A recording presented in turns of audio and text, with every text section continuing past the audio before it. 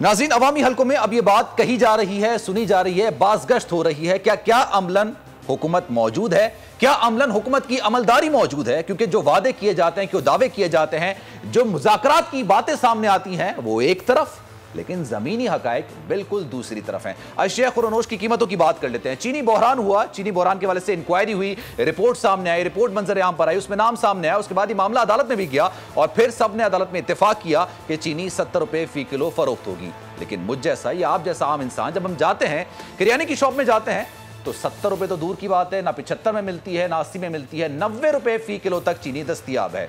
अगर बात की जाए आटे की, तो सिंध में कल 20 रुपए इजाफा कर दिया गया। 10 किलो के थैले में 600 रुपए का थैला अब 620 और कहीं कहीं 650, 700 रुपए तक भी फरोख्त हो रहा है, लेकिन कोई पूछने वाला नहीं है। दूध की कीमत की बात की जाए तो शायद 94 रुपए कमिश्नर कराची की जानिब से कहा गया है कि दूध फरोख्त होगा फी लीटर, लेकिन जब मैं और आप जैसा इंसान जाता है नागोरी शॉप में, तो वहां पर एक बोर्ड लगा होता है जो हमारा मुंह चिढ़ा रहा होता है कि दूध 120 रुपए फी लीटर दस्तयाब है। जब आप उससे बहस करते हैं तो कहता है जिससे शिकायत करनी है कर दो, हम तो इतने में बेचेंगे। ये तमाम बातें हैं जो इस बात को साबित कर रही हैं कि क्या हुकूमत की अमलदारी मौजूद है। एक और मिसाल आपको देते हैं। कराची में के इलेक्ट्रिक का मसला इंतहाई संगीन होता जा रहा है। कराची में हमने राहजनी की वारदातें देखी, टारगेट किलिंग की वारदातें देखी, इसके अलावा दीगर मामला थे, जराइम की वारदातें देखी। अब ये जो मसला है वो भी उसी कैटेगरी में आता चला जा रहा है। ऐलानिया और गैर ऐलानिया लोड शेडिंग का सिलसिला बढ़ता चला जा रहा है। मुज़ाकरात होते हैं, बातें होती हैं, एहतजाज होता है, लेकिन हल कुछ नहीं होता। फिर हम देखते हैं एक बार एहतजाज किया जाता है पाकिस्तान तहरीक इंसाफ की जानिब से, जमात इस्लामी की जानिब से, अवाम की जानिब से, और फिर वफाकी वजीर असद उमर गुफ्तगू करते हैं, मीडिया के सामने कहते हैं कि तमाम मामला बेहतर हो गए हैं और अब कल से कराची में गैर ऐलानिया तवील लोड शेडिंग नहीं होगी। लेकिन तेरे वादे पे जिए हम, तो ये जान झूठ जाना, खुशी ना जाते अगर एतबार होता। कल किसने देखी है? कल तो बहुत दूर है। जिस दिन ये बात की गई, जिस दिन ये ऐलान किया गया, जिस दिन ये दावा किया गया, उस दिन गैर ऐलानिया और तवील लोड शेडिंग का सिलसिला उस दिन से लेके आज तक जारी है। मेरे अपने घर में सुबह 9 बजे से लाइट गई हुई थी और आखिरी इतलात के मुताबिक 7:30 बजे तक लाइट नहीं आई थी। तो ये इतनी तवील लोड शेडिंग क्या हो रहा है, कौन कर रहा है, कोई पूछने वाला नहीं। हर बंदा एहतजाज करता है, हर सियासी पार्टी एहतजाज करती है, लेकिन के इलेक्ट्रिक के कान में जूं तक नहीं रहती। अब नैब ने भी एक्शन ले लिया है। नैब ने भी कहा है कि अब इस सारी बात को देखेंगे, किस तरह से ओवर बिलिंग की जा रही है, लोड शेडिंग की जा रही है, अवामी मसला है। अब यहां पर क्या मामलात होते हैं ये तो आने वाला वक्त ही बताएगा। इन तमाम मामलात पे मजीद बात करेंगे, क्योंकि कराची की सूरत हाल है तो फिरदौस शमीम नकवी साहब तहरीक इंसाफ से इस वक्त हमें ज्वाइन करें। साथ साथ तैमूर तारपुल हैं, सूबाई वजीर आई सिंध जो हैं वो इस वक्त हमारे साथ मौजूद हैं, IT के हैं वो भी हमारे साथ मौजूद हैं। चौधरी जाफर इकबाल साबिक़ वज़ीर मुमलिकत हैं और मुस्लिम लीग नून के रहनुमा वो भी हमें ज्वाइन करेंगे। तो सबसे पहले फिरदौस शमीम नकवी की तरफ आऊंगा मैं। फिरदौस साहब ये बताइएगा, ये क्या मामला है? के इलेक्ट्रिक का मामला इस कदर खराब हो गया है, हर सियासी पार्टी एहतजाज करती है, आप लोग कहते हैं पुरानी हुकूमतें हैं, ये बात भी सामने आती है कि जो मुआहदा है वो सामने लेकर आया जाए, लेकिन जो सूरत हाल है उसमें रत्ती बराबर तब्दीली नहीं आती है। तो ये क्या के इलेक्ट्रिक का मामला अब सॉल्व नहीं होगा?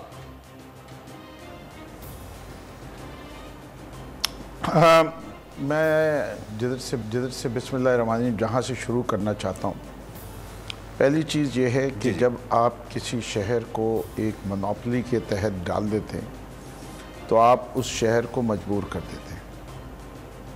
अगर हुकूमती इदारा होता है तो हुकूमत के पास पेनल्टीज़ रह जाती हैं, रेगुलेटर की रूलिंग रह जाती है, या उसका लाइसेंस कैंसिल करना रह जाता है, जो कि एक बहुत ही एक्सट्रीम स्टेप है। के इलेक्ट्रिक अपना एक वर्जन रखती है इसके ऊपर, जिससे आप एग्री करें या नहीं करें, लेकिन वो ये कहते हैं कि हम तो करना चाहते थे, हमें करने नहीं दिया गया। सूरत हाल ये है कि इस वक्त कराची के अंदर मैक्सिमम बिजली जो आ रही है और पैदा की जा रही है वो 3100 मेगावाट है, और जो बिजली की मांग है वो 3500 मेगावाट है। 400 मेगावाट का शॉर्टफॉल है। ये और एग्रीवेट हो जाता है जब के इलेक्ट्रिक अपने जो डिपोज़ हैं उसमें फ्यूल नहीं रखती जो 1 महीने का उसके रखना चाहिए। एनीवे 3100 पे तो ले आए हैं, लेकिन 3500 ला नहीं सकते। ये कब हल होगा? उसके लिए उन्हें पावर प्लांट लगाने की इजाज़त दी गई थी पहले साल ही, जब से ही हुकूमत आई थी। वो प्लांट जो हैं वो 2021 के अप्रैल और अगस्त में ऑपरेशनल होंगे। और वो 900 मेगावाट बिजली मज़ीद कराची को देंगे। उसके बाद अप्रैल 2022 के अंदर जो 2 इंटरकनेक्शंस पे काम कर रहे हैं उसका पहला इंटरकनेक्शन मुकम्मल होगा, वो 600 देगा, और 2023 में फिर एक 800 मेगावाट आएगा।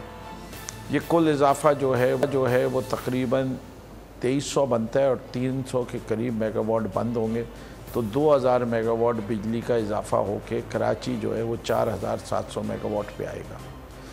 तो 2023 में मैं प्रेडिक्ट करता हूँ कि यहाँ बिजली नॉर्मल की तरफ आएगी।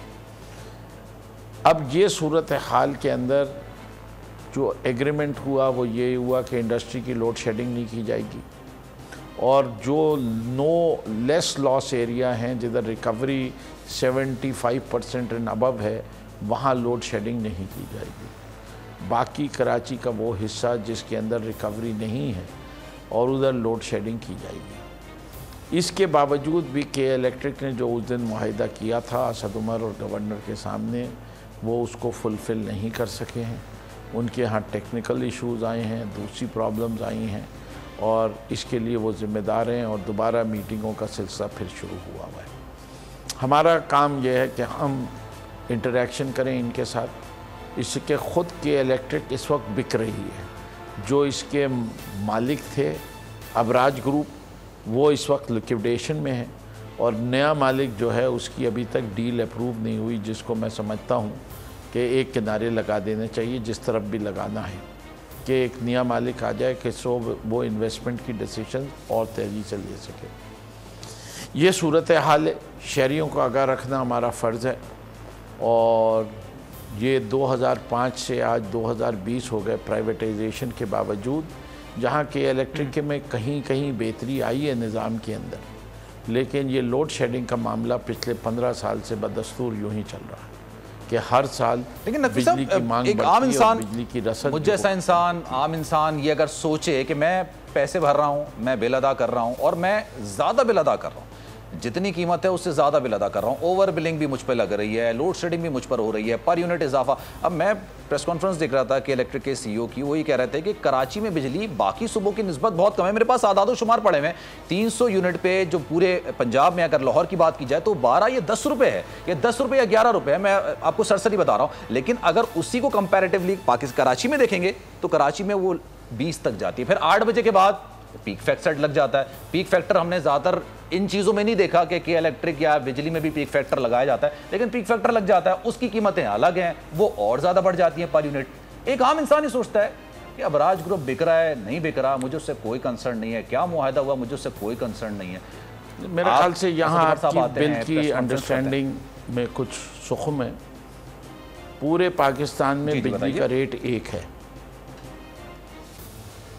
पूरे पाकिस्तान में मेरे ख्याल से मुख्तलिफ है, एक बनता है, अदरवाइज एक डिस्प्रोपोर्शनेट एडवांटेज हो जाता है जो मैं तस्दीक कर देता हूँ, अलग अलग है।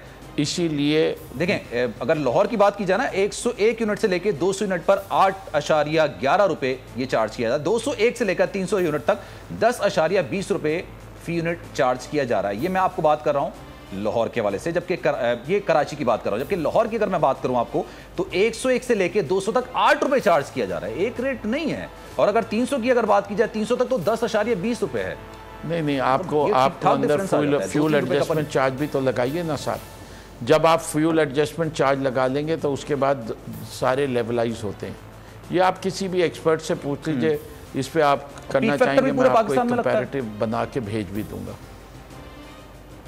जी। मैं कह रहा हूँ पूरे पाकिस्तान में बिजली का रेट एक जैसा है, वरना सारी इंडस्ट्री जो है वो पंजाब शिफ्ट हो जाए। इनफैक्ट फेडरल गवर्नमेंट जो है के इलेक्ट्रिक को हर साल फ्यूल सब्सिडी देती है, क्योंकि यहाँ हाइडल इलेक्ट्रिसिटी इस्तेमाल नहीं होती। जो हाइडल इलेक्ट्रिसिटी का कराची का कोटा है, उसके सिलसिले में उनको फ्यूल सब्सिडी मिलती है।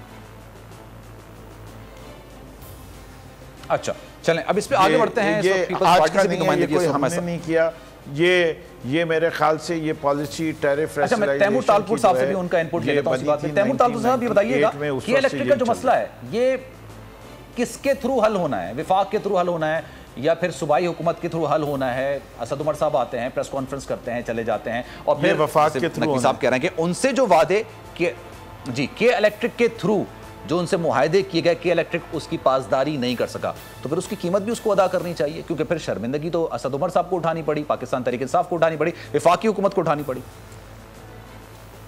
अभी तक बिस्मिल्लाहिर्रहमानिर्रहीम, अभी तक जब से पीटीआई सवाल मुझसे है तो मैं इसका जवाब दे देता हूँ। उसके लिए नेपरा मौजूद है। हमने कहा था तालपुर साहब से मिलना है, रेगुलेटर का रोल नेपरा इख्तियार करेगी, जहां के इलेक्ट्रिक अपना वादा पूरी नहीं करेगी उसके ऊपर पेनल्टी लगनी चाहिए। तो आपने अभी कितनी पेनल्टी लगाई है? जी रेगुलेटर लगाएगा, मैं नहीं लगा सकता, मेरे इख्तियारात में नहीं है। मैं फैसिलिटेट कर सकता हूँ, मदद कर सकता हूँ कि इलेक्ट्रिक की उसकी पेनल्टी के लिए उन्हीं ने हेयरिंग करवाई थी, पिछले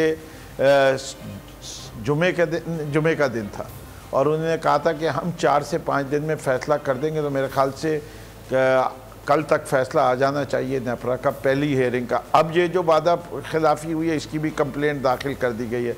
ओवर बिलिंग के लिए ऑडिट की बात हो गई है कि नेपरा की टीम आएगी और ऑडिट करेगी। रेगुलेटर पेनल्टी लगाएगा तो फिर जो मुज़ाकरात हुए उसको जो अनाउंस करना था उसकी प्रेस कॉन्फ्रेंस भी फिर रेगुलेटर को करनी चाहिए थी। जी रेगुलेटर मौजूद था। रेगुलेटर जिस वक्त असद उमर के साथ और गवर्नर के साथ मीटिंग थी तो रेगुलेटर भी मौजूद था, मिनिस्ट्री ऑफ पेट्रोलियम भी मौजूद थी, मिनिस्ट्री ऑफ पावर भी मौजूद थी। जो एग्रीमेंट हुआ, रेगुलेटर असल में इस्लामाबाद में बैठा था, वरना रेगुलेटर अगर कराची में बैठा होता तो उसको भी बुला लेते। जो कि इलेक्ट्रिक के हुक्काम कराची में मौजूद थे वो सामने आए, उन्हीं ने सामने कहा कि हाँ इन सब बातों को जो असद उमर साहब कह रहे हैं हम एग्री कर रहे हैं और वो चल रहे हैं। अब इससे ज़्यादा ट्रांसपेरेंसी हम और क्या ला सकते हैं। ठीक है, तालपुर साहब ये बताइएगा, 2008 में आपकी हुकूमत आई थी, 2013 तक आपकी हुकूमत रही थी कि इलेक्ट्रिक के मामलात उस वक्त भी इसी तरह के थे, कराची को बिजली इतनी बेहतर तौर पे प्रोवाइड नहीं की जाती थी। आज भी हमने देखा कौमी असेंबली में ये बाज़गश्त हुई, इनफैक्ट अबराज सैनी ने ये एग्रीमेंट किया साहब, वो ये अच्छा मैं आगे थोड़ा नकवी साहब मैं उनको भी जरा इंट्रोड्यूस कराऊं। तालपुर साहब ये बताइएगा कि ये मामला हल किस तरह से होगा? क्या सिर्फ इल्ज़ाम तराशी इसका हल है? क्योंकि इल्ज़ाम तराशी से सफ़र सिर्फ मुझ जैसा इंसान कर रहा है जिसके घर में सुबह 9 बजे से लाइट नहीं थी, 7:30 बजे लाइट आई है, वो किसकी तरफ देखेगा? वो विफाक की तरफ देखता है। विफाक में जो असद उमर साहब हैं वो अनाउंस भी कर देते हैं, रेगुलेटर भी वहाँ पर मौजूद होते हैं, लेकिन हल नहीं है इस चीज़ का कोई भी। देखिए जी, पहली बात तो यह है कि जब से पीटीआई की हुकूमत आई है तब से कौन सी कमिटमेंट है जो इन्होंने की हो जो पूरी हुई हो? इन्होंने हर चीज़ का तो ऑपोजिट करके दिखा दिया। आप कैडेट की बात करें, जब असद उमर आया था नकवी साहब उनके साथ खड़े थे और वो वहाँ पर आके कमिटमेंट करके गया था कि कल से आपकी जो है लोड शेडिंग इस तरह से नहीं होगी। उसका क्या हुआ?